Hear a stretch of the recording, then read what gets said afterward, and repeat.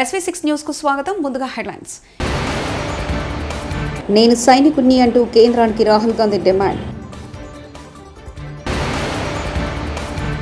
6 గ్యారెంటీలకు వైఎస్ పూర్తి సీఎం రేవంత్ రెడ్డి.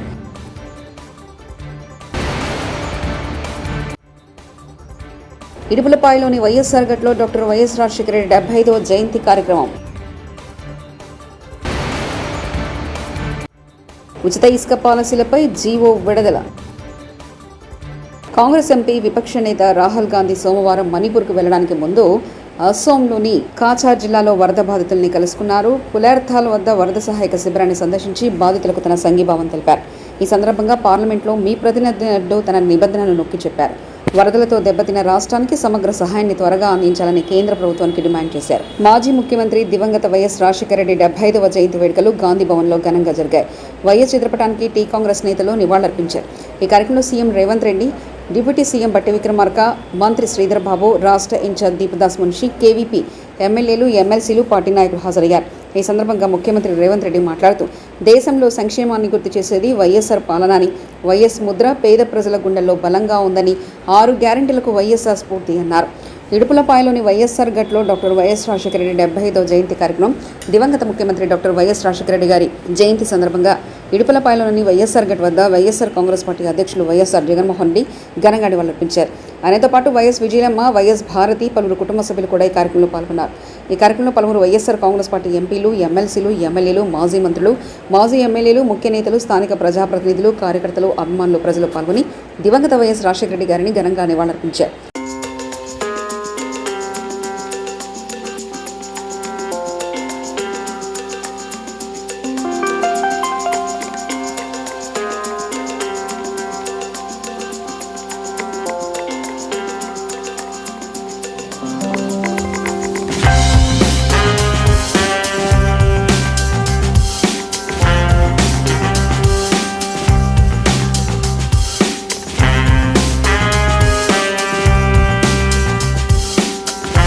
ఏపీలో ఉచిత ఇసుక పాలసీపై జీవో వచ్చేసింది. ఉచిత ఇసుక జీవోను రాష్ట్ర ప్రభుత్వం సోమవారం మధ్యాహ్నం విడుదల చేసింది.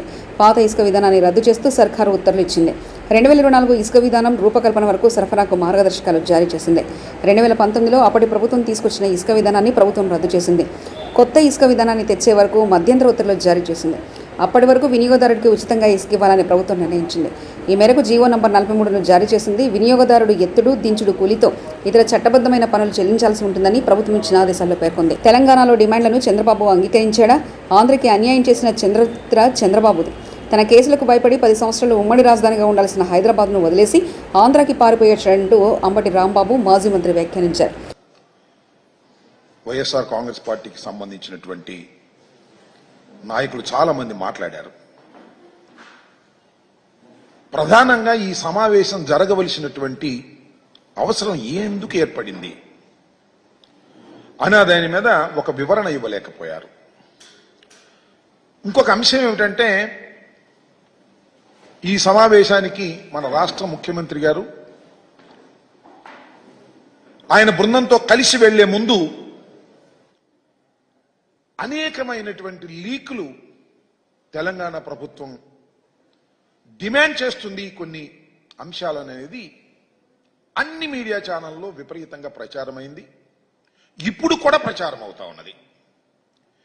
ఈ ప్రచారం అవుతున్నటువంటి అంశాల మీద సమావేశం ముగిసిన తర్వాత తెలంగాణ ఉప ముఖ్యమంత్రి గారు, తెలంగాణ మంత్రులు, ఆంధ్ర రాష్ట్ర మంత్రులు ఒక సమావేశం ఏర్పాటు చేశారు. ఆ సమావేశంలో మీడియా ప్రతినిధులు ఇదే ప్రశ్నలు అడిగితే వాటికి సమాధానం చెప్పుకోకుండా దాటవేశారు. ఇది మరింత అనుమానాలకు తావు చూస్తున్నటువంటి అంశం. అసలు జనరల్గా 2 ముఖ్యమంత్రులు మాట్లాడుకున్నారు అంటే ఆ 2 ముఖ్యమంత్రులు మీడియా ముందుకు వచ్చి మాట్లాడతారని అందరూ ఎదురు చూశారు.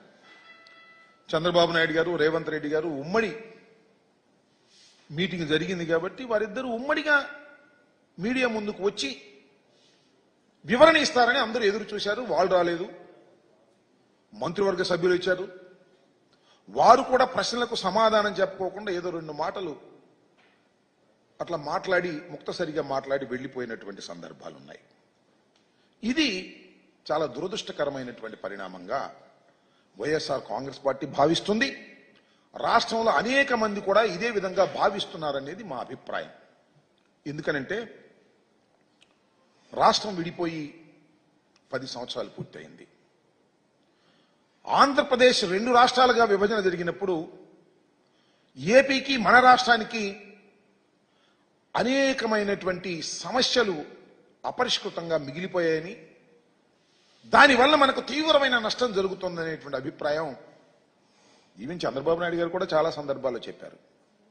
రాష్ట్రం విడిపోయినప్పుడు మొదటిగా ముఖ్యమంత్రి అయింది నారా చంద్రబాబు నాయుడు గారు. 5 సంవత్సరాలు ఈ రాష్ట్రాన్ని పరిపాలన చేశారు.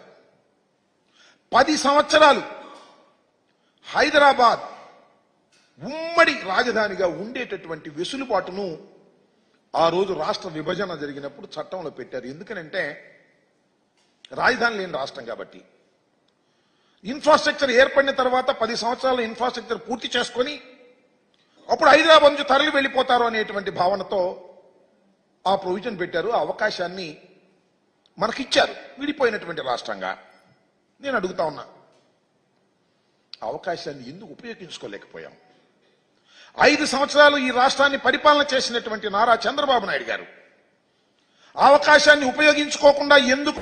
పశ్చిమ గోదావరి జిల్లా పాలకొల్లులో టిట్కో గృహాల సముదాయ కాలనీలో రాష్ట్ర జనవరుల శాఖ మంత్రి నిమ్మల రామానాయుడు తెలుగుదేశం పార్టీ శ్రేణులతో కలిసి శ్రమదానం చేశారు. ప్రజలు సంచరించడానికి వీలు లేకుండా కాలనీలో అడవిలా పెరిగిన చెట్టు మట్టిగుట్టలను తొలగించారు. మంత్రి రామానాయుడు స్వయంగా పారా పలుగు మట్టి పనులు చేశారు. అనంతరం ఆయన మాట్లాడుతూ గతంలో తెలుగుదేశం పార్టీ ప్రభుత్వంలో గృహాలను 90% పూర్తి చేసి వైకాపా ప్రభుత్వం 5 ఏళ్లలో అరబస్తా సిమెంటు రూపాయి పని చేయలేదని విమర్శించారు. ఎన్నికల నాటికి 90% ఆ రోజు పూర్తి చేస్తే జగన్మోహన్ రెడ్డి అధికారంలోకి వచ్చినటువంటి 5 సంవత్సరాల్లో ఒక్క అర్బస్తా సిమెంట్ గాని ఒక్క రూపాయి గాని పెట్టకుండా ఆ పేదల మీద ఆ మహిళల మీద కక్ష సాధించడానికి నిదర్శనం ఈ రోజు ఏదైతే ఎన్టీఆర్ టిట్కోయిల్లో పెద్ద మాదిరిగా ఒక చెట్టడవిల మాదిరిగా పెరిగిపోయిన వృక్షాలతో నిండి పాములు పుట్టలతోటి ఏదైతే కట్టినటువంటి కట్టడాలు బిల్డింగులు కూడా మరి చెదలు పట్టినటువంటి స్థితికి జగన్మోహన్ రెడ్డి 5 సంవత్సరాల్లో తీసుకొచ్చాడని అంటే పేదల మీద కనికరం లేనిటువంటి మానవత్వం లేనిటువంటి వ్యక్తి జగన్మోహన్ రెడ్డి. అందుకే ప్రజాస్వామ్యంలో రాజకీయాల్లో జగన్మోహన్ రెడ్డి వ్యక్తి ఉండడానికి అర్హుడు కాదు అనే విషయాన్ని సందర్భంగా తెలియజేసుకుంటూ ఉన్నా. అదేవిధంగా ఏదైతే ఎంతో కష్టపడి శ్రమించి మేము 2 సంవత్సరాల్లో 90% పూర్తి చేశాం.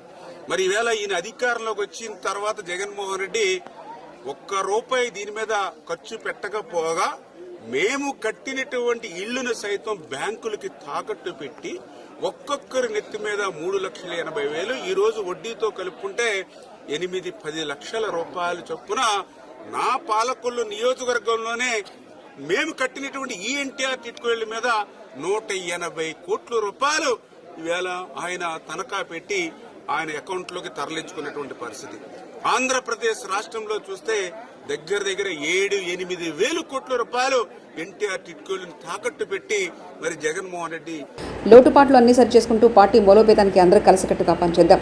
ప్రజల పక్షాన పోరాటానికి వైఎస్ఆర్సీపీ ఎప్పుడు సిద్ధమని సజ్జల రామకృష్ణారెడ్డి వైఎస్ఆర్సీపీ ప్రధాన కార్యదర్శి తెలిపారు. మళ్లీ 10 ఏళ్ల వెనక్కు తీసుకెళ్లే ప్రక్రియ చంద్రబాబు నాయుడు గారు మొదలుపెట్టారు. దాన్ని నిలవరించాలి, ఎదుర్కోవాలి, నిలబెట్టాలి. మనం ఇవి కాక గత 5 ఏళ్లలో మన వైపు నుంచి జరిగిన వాటి లోటుపాట్లు కూడా సరిదిద్దుకోవాలి. ఎక్కడెక్కడ మనం ఎక్కడ సరిగా వ్యవహరించలేదో లేదా దృష్టి పెట్టాల్సిన చోట పెట్టలేదో వాటిని సరిదిద్దుకోవాలి. ఇవి కరెక్షన్స్ చేసుకుంటూ కూడా ముందుకు పోవాల్సిన సమయంలో ఈ రోజు రాజశేఖర రెడ్డి గారి 75వ జయంతి వచ్చింది.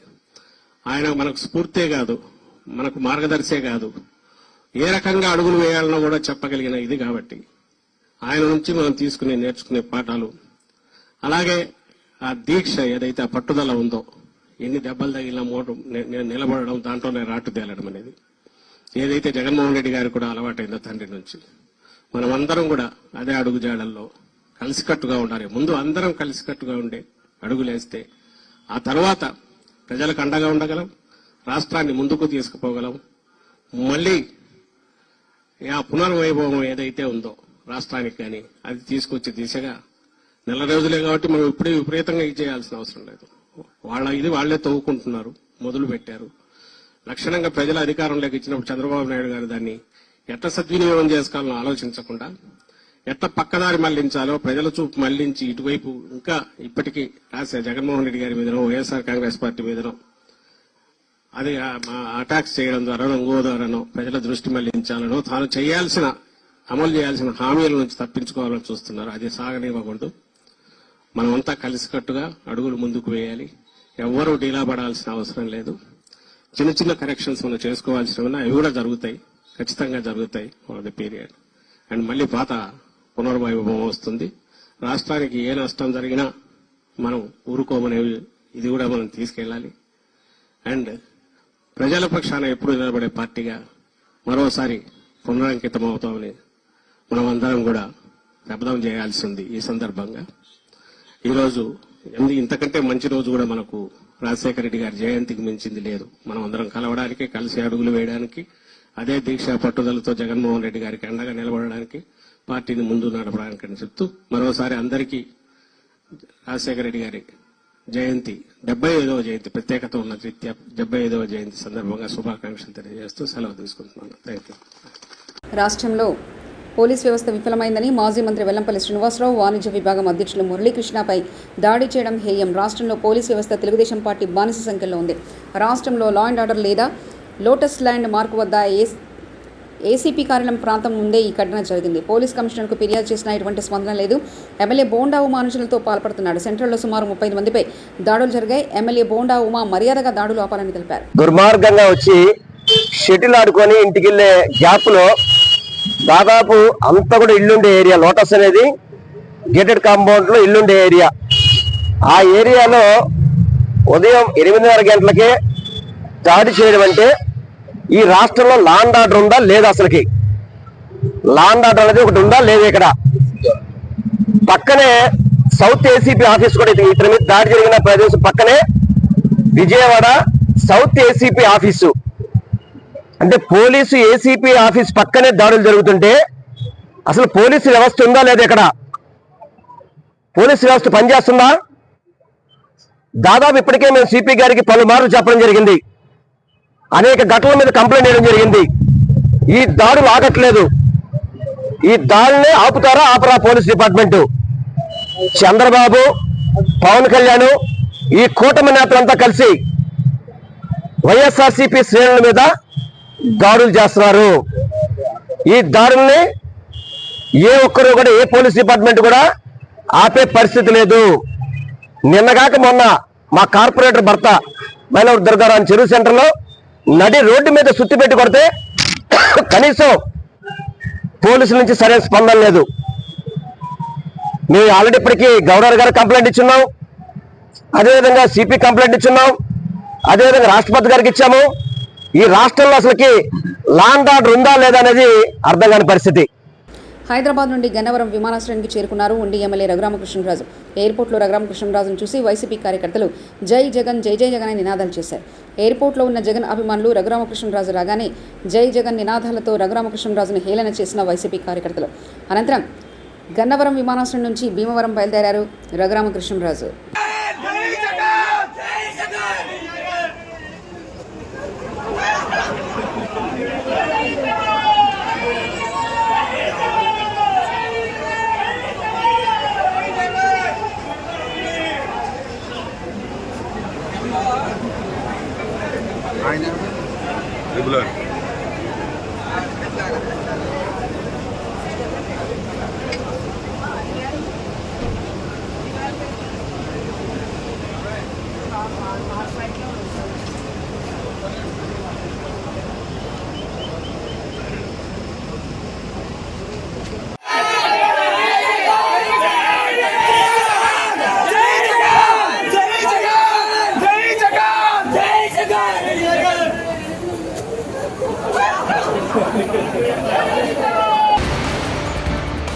నేను సైనికుణ్ణి అంటూ కేంద్రానికి రాహుల్ గాంధీ డిమాండ్.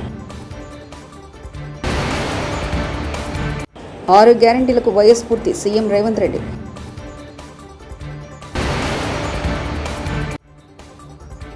ఇడుపులపాయలోని వైఎస్ఆర్ ఘట్లో డాక్టర్ వైఎస్ రాజశేఖర రెడ్డి 75వ జయంతి కార్యక్రమం. ఉచిత ఇసుక పాలసీలపై జీవో విడుదల. ఇవి బులెటిన్ విశేషాలు. చూస్తూనే ఉండండి SV6 న్యూస్.